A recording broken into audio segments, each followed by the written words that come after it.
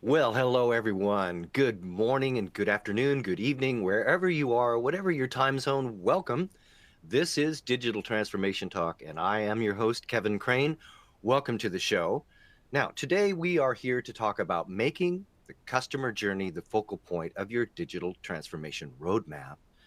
And really, to me, this all boils down to superior customer experience. Today, customers expect a different experience than we did just a few years ago. Most people now take for granted that we'll be able to have a more seamless, more digital first, more responsive experience when working with the companies and organizations that we do business with. And the smoother and the more modern that experience is, the more likely it is that we will stay with that provider or that business. The more likely it is that we will recommend that business to our family and friends. And the more likely it is that that organization will outperform its slower, less digitally enabled competition. And of course, digital transformation is a big part of that, in that we can significantly enhance customer experience for organizations and customers in several ways. One way is through multi channel engagement through various platforms like websites, social media, mobile apps. We can establish a more seamless communication and interaction with customers. Automation and artificial intelligence can help build superior customer service through things like chatbots and virtual assistants and automated response systems, all while freeing up human agents to focus on more complex issues. And of course, there's that 24/7 accessibility that helps us be available to customers around the clock. Think about Amazon shopping late at night. I do that. Do you do that? Well, these are just a few of the benefits of digital transformation that are great for customers, but there are also many, many related aspects to consider that are great for the organization as well. Digital transformation enables organizations to gather and analyze vast amounts of customer data.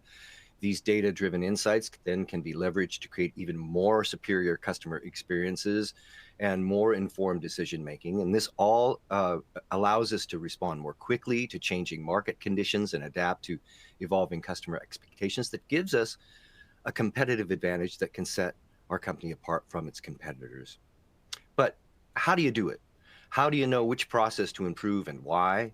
How can we deploy techniques using AI to boost the customer process both internally and externally? And how can we measure and demonstrate our success to ensure that we get the ROI that we need and really move the needle in ways that matter? Well, that's what we'll be talking about today with a great panel of guests. But before I introduce our guests today, I do want to say that I want to hear from you too. I'd like to encourage everyone attending today to participate. So please jump in with your comments in the chat section. And if you have a question along the way, please jump in.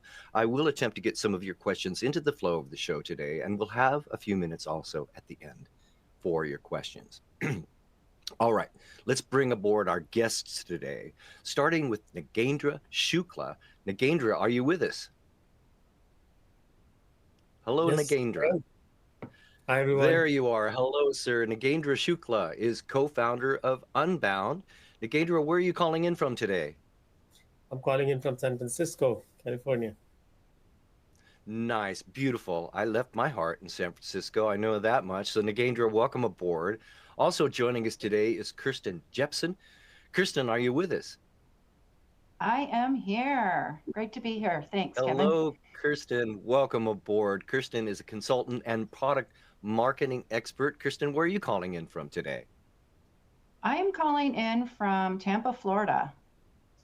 Tampa, Florida. Ah, very good. Ah, sometimes I wish I was in Tampa right now here in rainy Portland, Oregon. So, welcome aboard. Also joining us today is Elias Saltalbasidis, Growth Marketing Director at Hyperjar. Elias, are you with us? Hello. Hi, Kevin. Yes, I'm Hel- here. Hello, it's great to see you today. Thank you for joining us. And Great to also see you with us too. is Ron Gerlach. Ron is Chief Marketing Officer at Go Bear Oil Company. Ron, are you with us? I am. Nice to see you again, Kevin. All right, Ron, where are you calling in from, Ron? I'm down in New Orleans where it's Mardi Gras time right now. New Nice. Orleans. All right, very good. And Elias, I forgot to ask you, where are you calling in from today? From London, United Kingdom. London. All right. Well, folks, we are covering pretty much the globe today. So thank you all for joining us today. We've got a packed agenda today, so I'm going to keep moving on. I'd like to draw our attention to an article published recently by TechTarget called 7 Customer Experience Trends to Know in 2024. And you can check that article out here in the link that we'll be putting in the chat feature here. There it is, 7 Customer Experience Trends to Know in 2024. Quickly, they are collecting and analyzing customer data, using AI to address staffing issues. I might extend that a bit. We'll talk about that more in a moment. Continued investment into customer loyalty, hyper-personalization, protections on personal data, blurred lines between physical and digital experiences. And of course, this all adds up to improved customer service. Those are the 7 trends in the article. We'll be talking about several of these trends here in just a moment. But folks, from your point of view, what do you feel are the most important trends that we should consider in our plans for 2024? Nagendra, I'd like to start with you today. What are your thoughts on the article, and what's your top trend in customer experience that we should be considering? Yeah, I think the article is very interesting, and we have been talking about a lot of these points. In last talk, we talked about CDP, if you recall. So the first point in the article itself talks about collecting the customer profile and creating rich profiles so that we can customize, we can personalize the experiences for the customers. And rest of the points, if you see, they are actually driven by the number 1. So if you go through, GenAI powered bots for customer service, or customer loyalty experiences, or personalization at scale, they're all in the end driven by the CDP. So I would say that from this article, my takeaway is the foundational piece is the point number 1. Understand the customer, understand the data, wherever the data is, make sure that it's going through the right pipes, and it's creating the profile that can be used to personalize. Good point, Nagendra, and we will be talking about the use of data-driven insights for improvement in customer experience here in just a moment. But Kirsten, what are your thoughts on the article? Is the article covering the right trends to consider? And what is your top trend that we should be considering in our digital transformation roadmap for 2024? Yeah, so I do think it's pretty close to accurate. Another bit of data on this. According to Everest, 59% of organizations are deploying generative AI extensively or selectively. My background is in contact centers, so that was a really important number for me, and I would say that it's quite accurate. So really important area to focus on. Where I think the biggest problem is, and this was identified in a study as the same study, is that there's inertia and kind of a lack of support across organizations. And I think it's really important for organizations right now to get behind this. It can be scary because it's new. It's something that contact centers are worried about because of the way that it impacts the number of people that are in organizations, and that's not the revenue model that they're accustomed to. So this is a challenge for organizations right now. All right. Well, indeed, we will be talking about deploying AI to enhance conversational messaging and deliver a more personalized, seamless experience for customers here in just a moment. So it seems to be that we're tracking directly with this article. And indeed, we have posted that Everest article from Kirsten in the attendee chat today, if you'd like to take a look at that as well. Elias, what are your thoughts on this article? You're a growth marketing director at Hyperjar. Are these also the trends that you folks are looking forward to and planning for in 2024?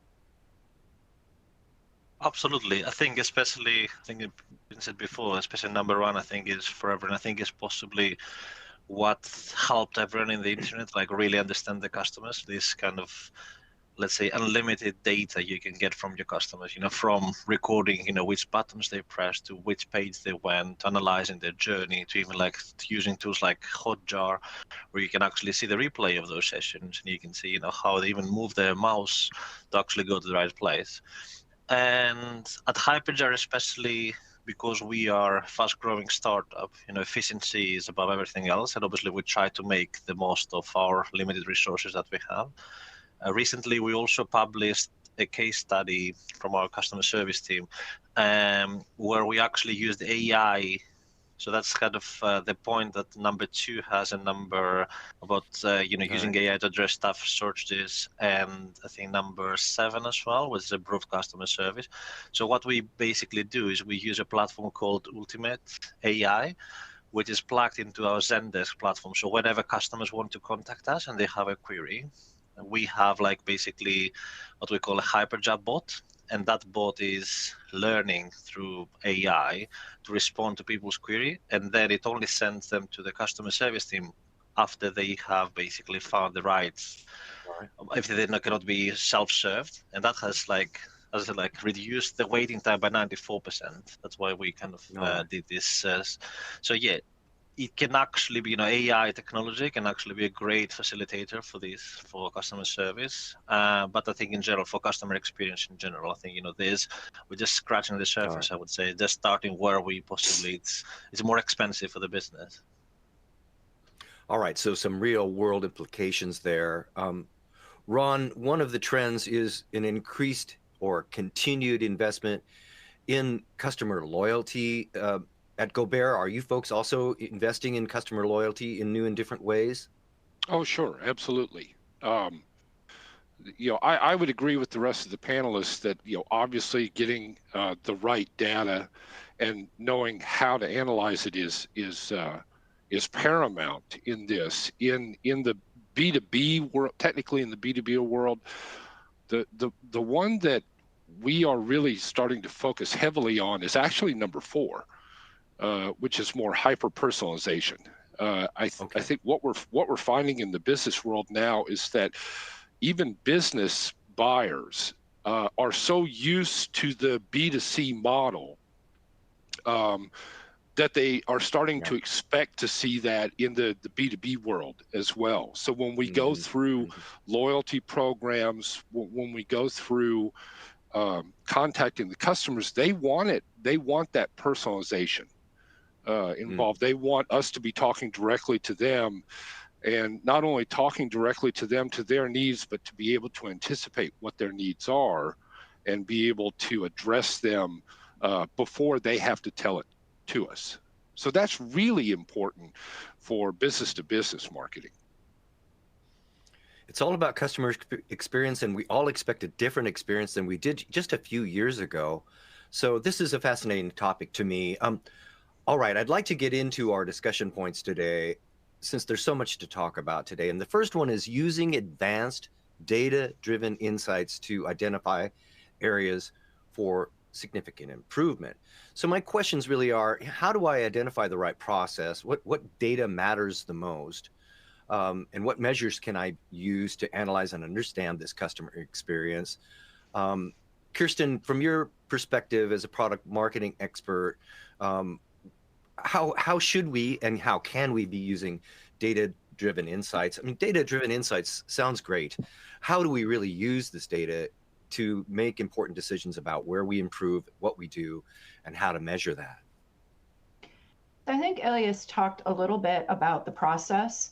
So data is imperative for identifying what the right process is for taking, whether it's a business buyer or a consumer, through a process that makes sense for them. And then ultimately, what we need to do with the interaction that's left is make sure that people are well trained on taking care of more complicated scenarios than they have in the past, because data will take care of those interactions that are the least complicated, but the most complicated ones are going to be left for people. So it's still data plus people to me.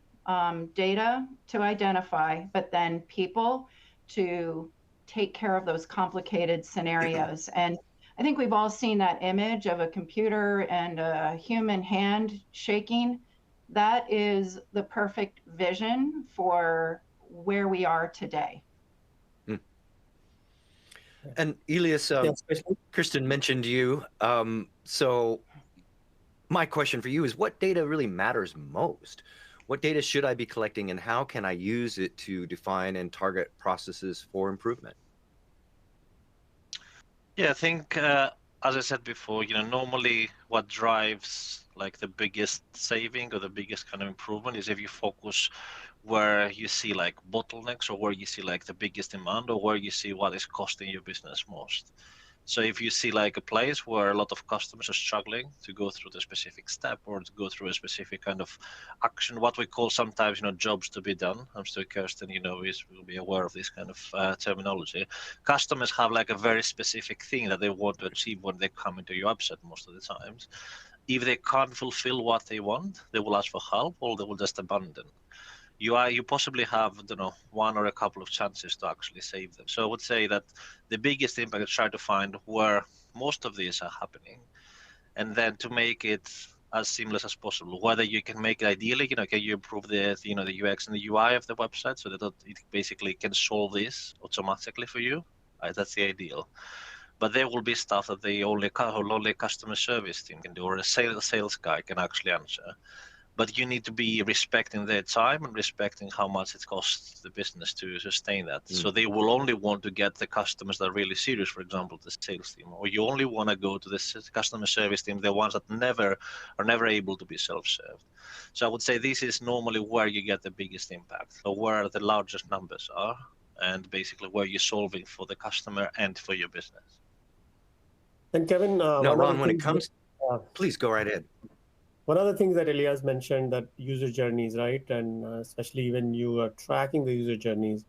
And I always like to track the journey at actually conversion at each level. So it's not, a lot of times what we go is end-to-end conversion. End-to-end conversion doesn't give you a lot of insights on what really happened and where should you be collecting the data. So to your question, what should we be collecting?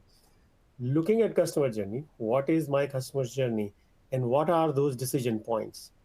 I think all of that data needs to be collected so that if there is something that's wrong in one of the points on the journey, then you would know where to look. Because if we are doing end to end, then it's very hard to figure out that, hey, my conversion rate is bad, but it may actually not be the cart or may not be the payment module. It may be something upstream, right? So that to me is, first of all, first thing first is have a user journey. And in that user journey, what are the decision points or what are the friction points? That is the data that we need to collect. So that's where my main curiosity lies. Like, if I was to list the measures that can be used to analyze and understand a customer experience, Ron, what measures should I include specifically in my plans, and how do I measure those?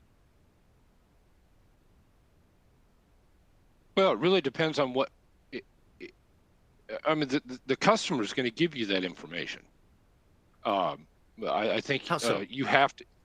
Well, you have to understand the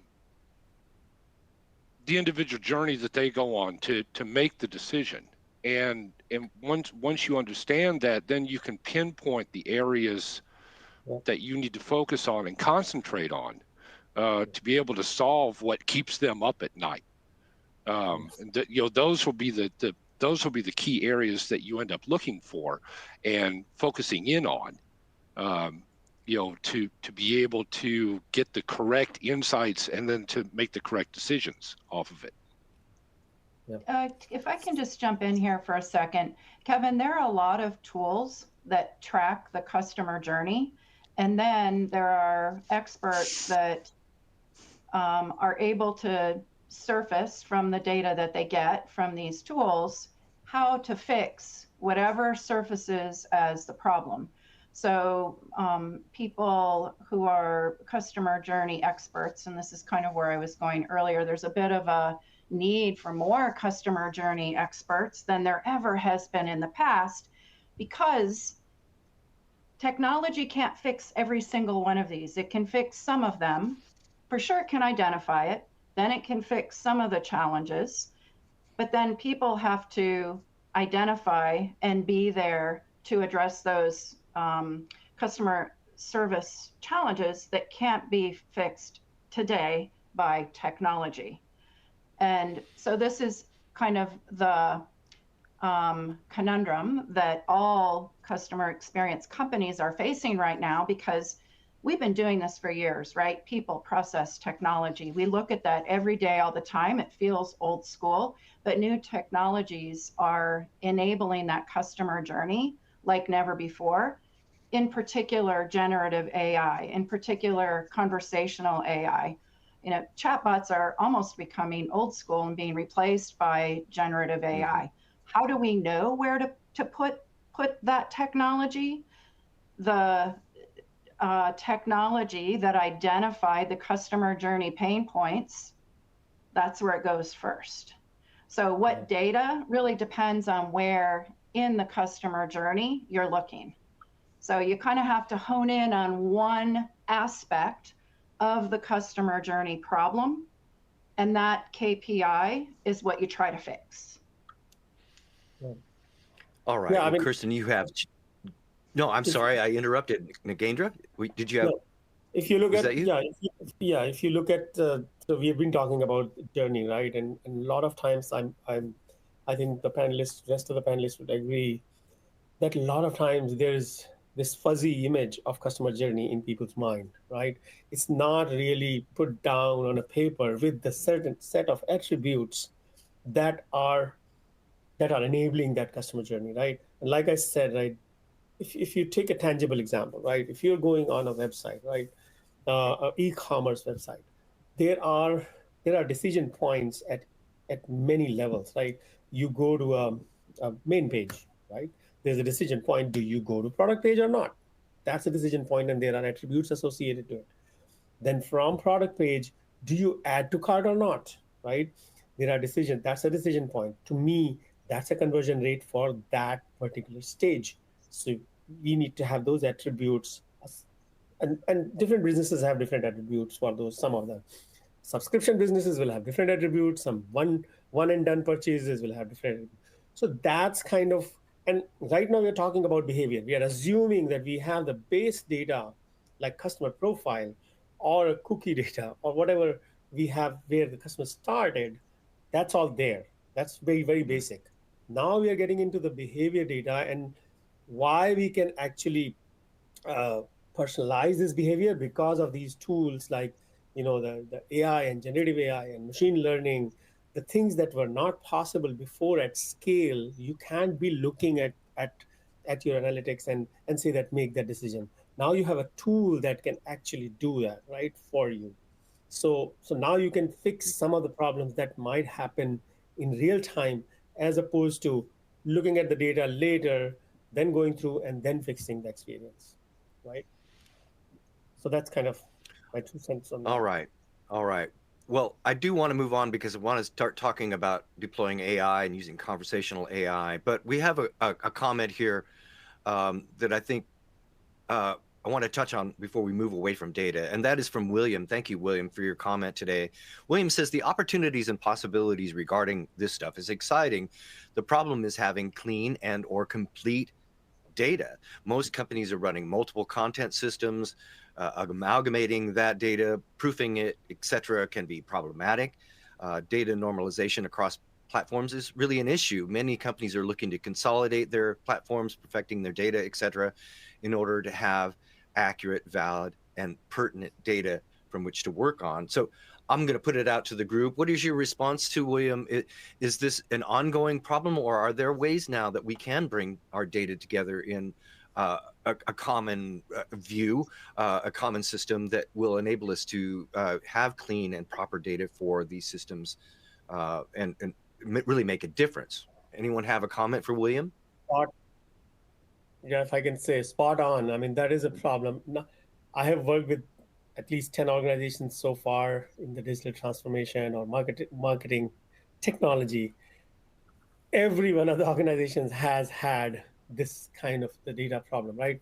There's data at different places. There's transaction data, there is cookie data, there is behavior data, and it's all over the place. Some part of it is also in legacy systems. So how to So what do bring we it and do about that? monetize, right? So I think goes back to one of the chat talks we had on the CDP, right? CDP comes into picture that solves most of those issues, right? If not all, most of those issues, which where we can safely say that, okay, if we have piped in all the data into CDP, right, then CDP would make sure that all the dots get connected in terms of the customer, their name, their attribute, their geographical attributes, their propensity, their transactions, their likings, dislikings, right? When they closed, when they browsed further, and stuff like that, right? So that's one thing that, Mm. and I'm not saying CDP is a product like some company's product. It's a concept, right? You could have, if you don't have a huge scale, if you have like 100,000, 200,000, 300,000 customers, you don't need to go to a big bang CDP. You can have a CDP concept, and you can have your own database where you are actually normalizing the profile. All you're doing is Okay.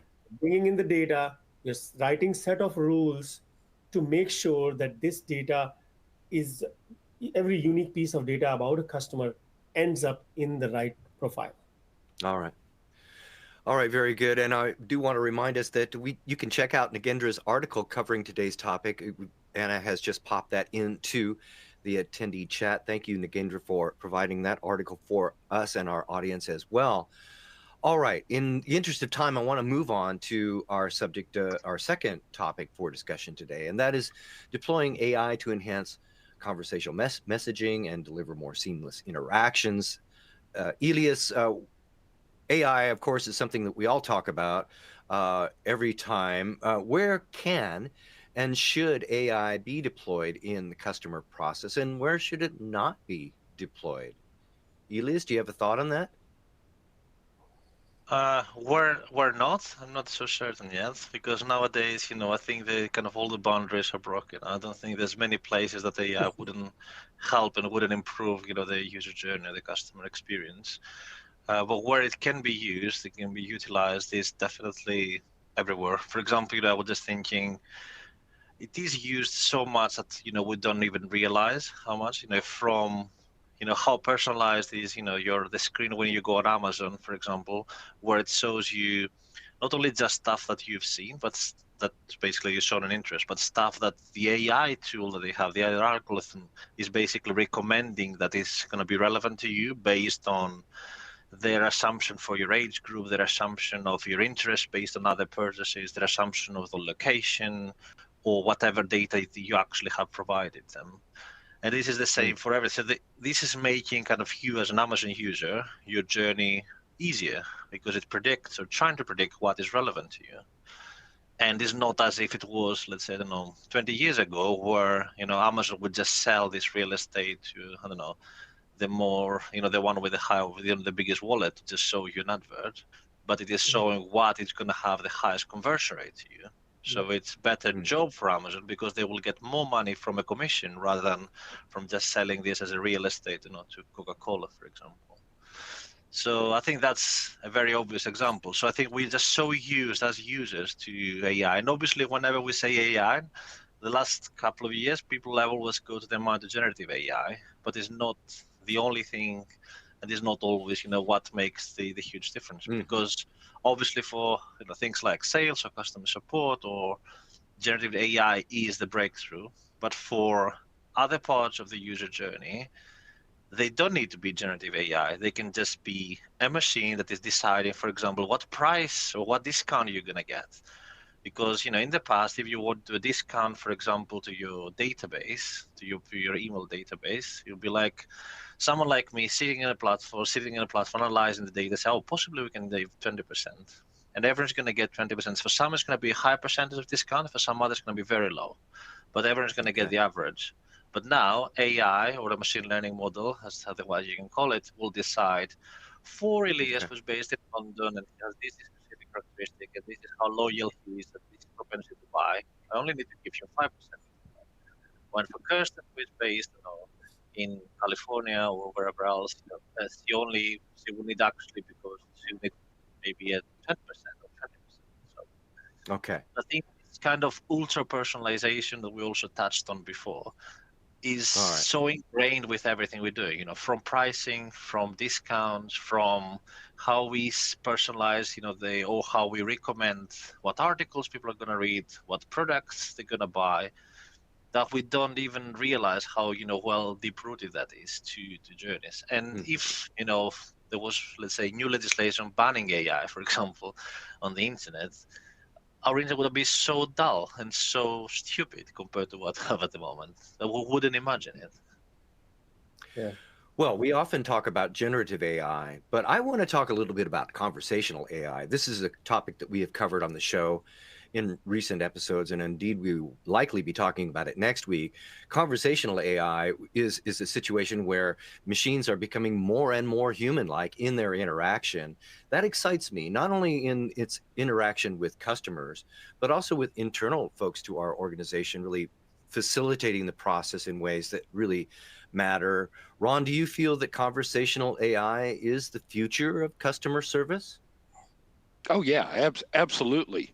Of course, it has to continually get better and better. There are some major problems with inherent with conversational AI platforms that I think you have to be aware of.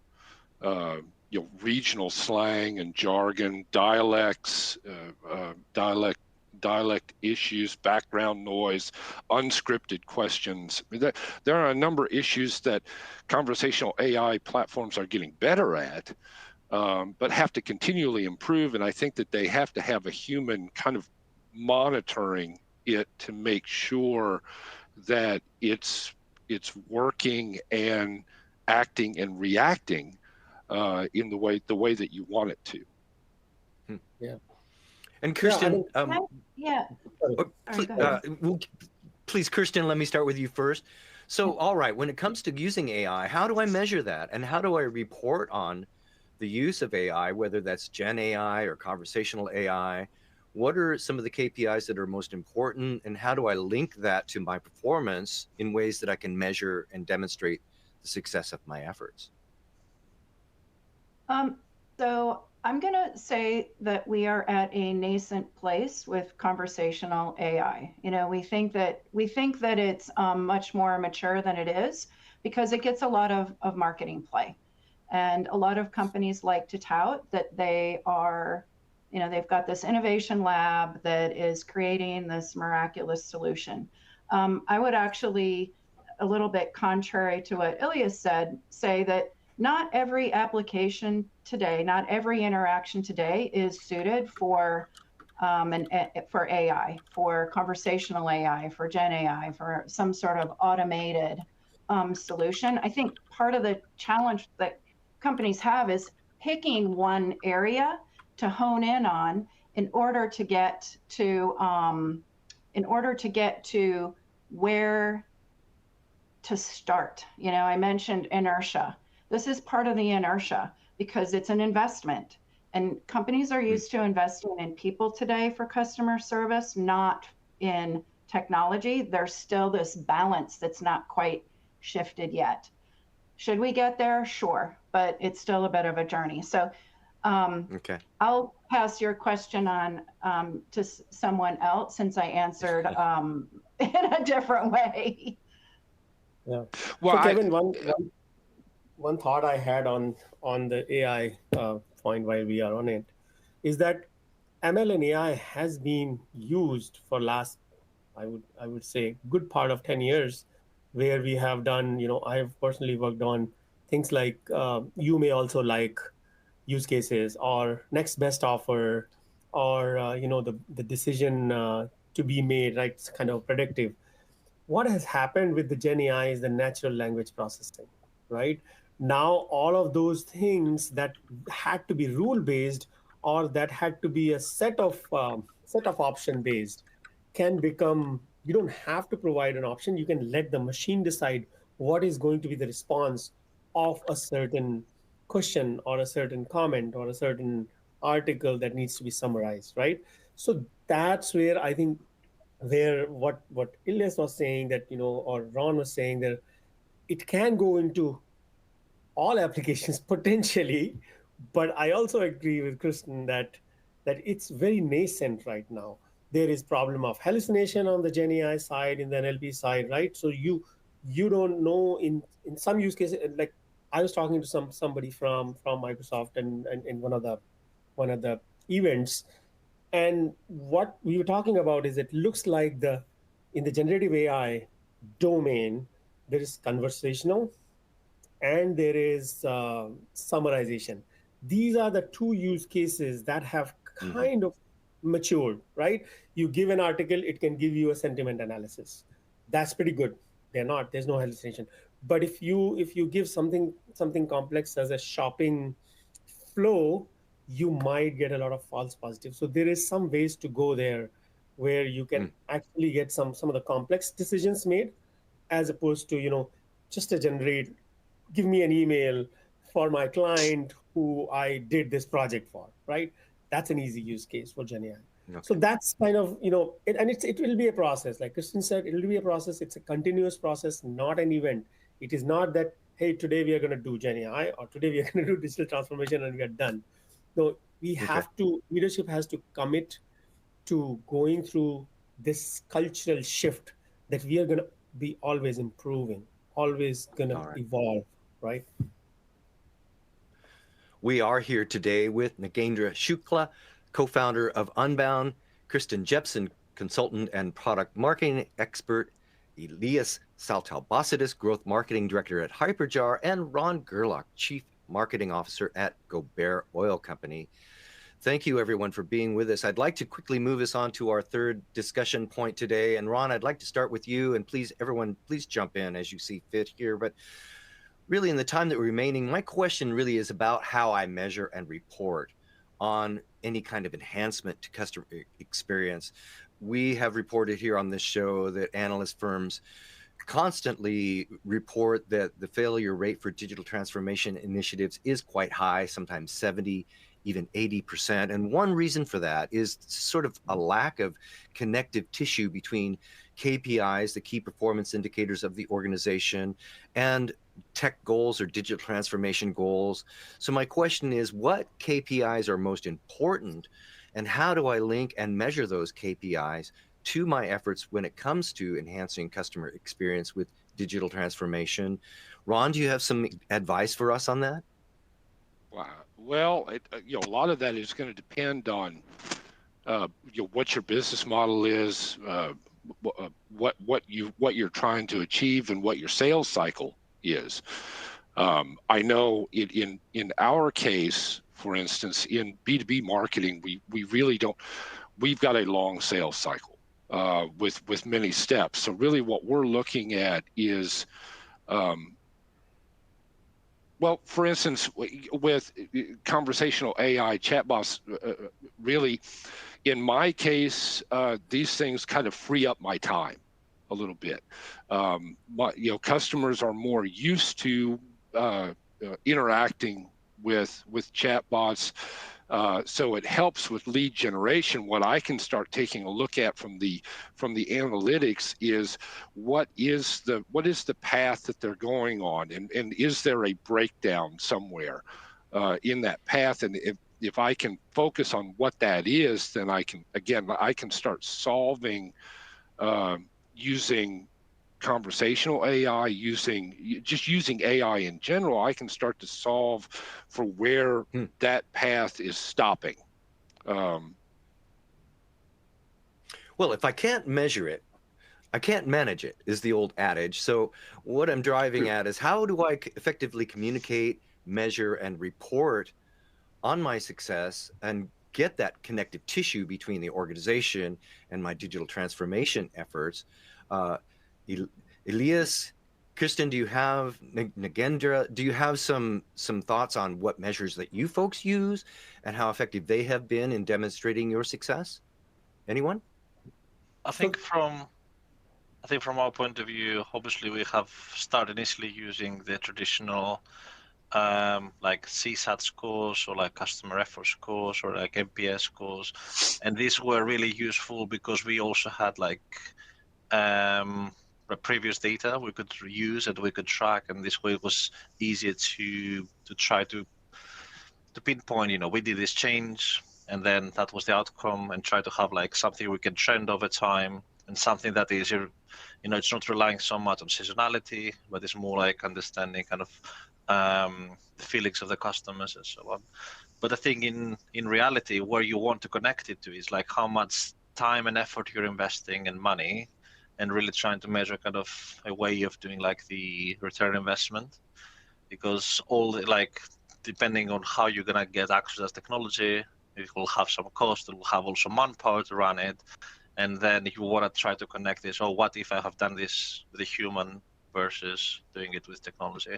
So I think this is kind of where I think we've seen the utmost kind of best outcome was when we tried to connect it to outcomes and revenue related outcomes. Mm-hmm. Yeah. And so in terms of metrics, I mean, there are two ways we do generally measure, right? Qualitative and quantitative. Qualitative, this is a bunch of things Ron talked about, bunch of things Elias talked about. But one thing I would go with is the use machine if you can, use human if you must, right? That's one rule we go with. And in terms of quantitative metrics, right, depending on the use case that you're doing, let's say you're doing a marketing qualification. So what is the MQL quality of the leads, like what Ron alluded to, that can we free up his time to do a little bit of a more of a sales qualification as opposed to MQL, right? Right now, today, the lead comes and probably it ends up on the salesperson's lap to actually go and qualify and see where it's going to go, right? Second, another use case could be if you're doing lead scoring, right? What kind of quality scores? So that could be one metrics that, hey, prior, before, or now, or it could also be an A/B test where you can have one powered by AI and machine, and one non, and see how they are different. So there are different kind of metrics depending on what kind of use cases, or if you're generating a you may also like, or next best offer, what is the propensity of the customers to actually take those, as opposed to when it was not with machine, or again with the A/B test or ABN test. I'm going to add one more. We haven't talked a lot about how AI is used internally for agent assist and knowledge management. And that is another phenomenal use case, because agent satisfaction is really important. It's hard to hire agents right now. And the more satisfied they are, because they're getting information faster and more easily, they feel more confident on the phone, training times are reduced, the better off the contact center business is.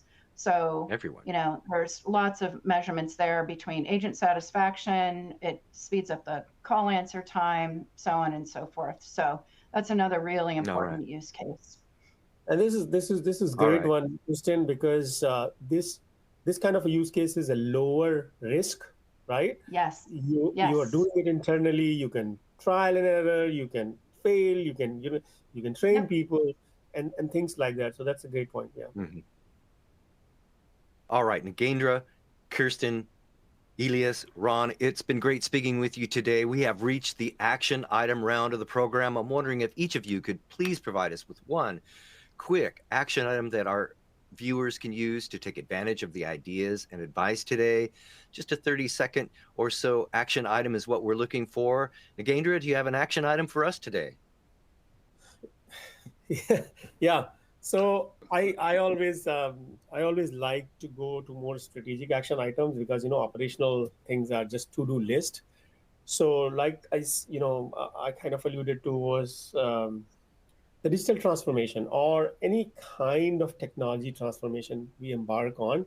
We should not take it as one time event. As I said before, it's a continuous process. We have to be ready. It's a culture of adopting, because most of the times transformation, why I'm saying it over and over, because most of the times when I do transformation, it's the change resistance that comes into picture, not the technology, not the budget, not the people. It's the people resisting the change. So I think making a culture of adopting a change is one takeaway I would get. Nice. Thank you, Nagendra. And Kirsten, do you have an action item for us today? I do. So I would challenge contact center businesses to assess alternative monetization models. This will reduce the risk for those companies that are becoming more, I'm going to call it AI centric because that's the topic today, but more in tune with digital transformation. You have to have a monetization model that makes sense to the marketplace so that companies keep investing. All right. Thank you, Kirsten. Elias, what is your action item for us today? I think the action item for me would be that definitely, first of all, in order to be able to utilize AI or any kind of technology, you need to make sure you follow what kind of Nagendra was saying. It's all about, first of all, collecting the right data and having them in the right place and having them connected like a CDP style solution. And then it's all about, as I said before, like trying to use these in your advantage to try to solve the problem of the customer, because that's what technology is going to help you do. Try to find like solutions that are going to be faster or quicker or more efficient than what a human could do. And this is, in my view, where you should focus your efforts first, where it has like larger volume and where you solve a problem for the customer, and then you're going to be able to measure it through ROI. Very good. Thank you, Elias. And finally, Ron, what is your action item for us today? I would tend toward the what I would consider the simple part of it. Make sure on the front end that you understand what your objectives are. Are they incremental? Are you aiming for something more exponential with it? Be sure you know who your users and stakeholders are that are going to be benefiting from the program. And then continually look for lessons learned. Did the AI program result in faster, better, and cheaper results than the human one? But before you start on it, make sure that your objectives for the program are very clear and you keep those in mind as you go through the process. Very good. Thank you. That is Ron Gerlach, also Elias Saltabasidis, Kirsten Jepson, and Nagendra Shukla. Thank you, everyone, for being with me today. Your comments and advice were spot on. What a great panel. Thank you so much. I hope we get a chance to talk again soon. And everyone joining us today, thank you too. And join us next week on February 13th at 1600 GMT when we will talk about elevating your customer engagement with AI, a related conversation to what we've had today. It should be another great discussion. So stick with us next week. And if you'd like to find me in the meantime, you can do so on LinkedIn. I am happy to connect there. So check me out. I'm Kevin Crane. And you can check out my weekly audio podcast, the Digital Transformation Podcast. But until next time, that will do it for this episode of Digital Transformation Talk. And until next week, I'm Kevin Crane. Thanks for watching. Thank you.